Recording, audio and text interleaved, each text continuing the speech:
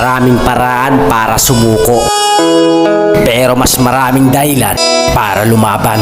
Kaya sa nawawala ng pag-asa dyan, ituloy mo lang kung anong nasimulan. Dahil ang tunay na tagumpay, sa huli mo makakap... Hindi po ba kayo nagtataka? Pag truck driver halos ayaw magpahinga.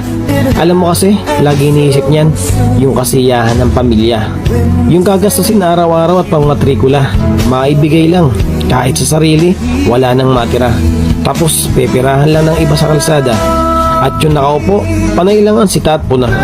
Pero nasan yung ambag nila? Naisip din kaya nila na lumalaban tayo ng patas para sa kinabukasan ng ating pamilya? Habang may isang taong naniniwala sa'yo, magpatuloy ka. Hindi mo kailangan magbait-baitan para hindi ka iiwan. Maging totoo ka lang.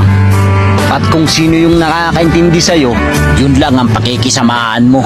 Pahalagahan mo kung sino yung palagi kang pinipili. Tandaan mo, hindi lahat kayang manatili.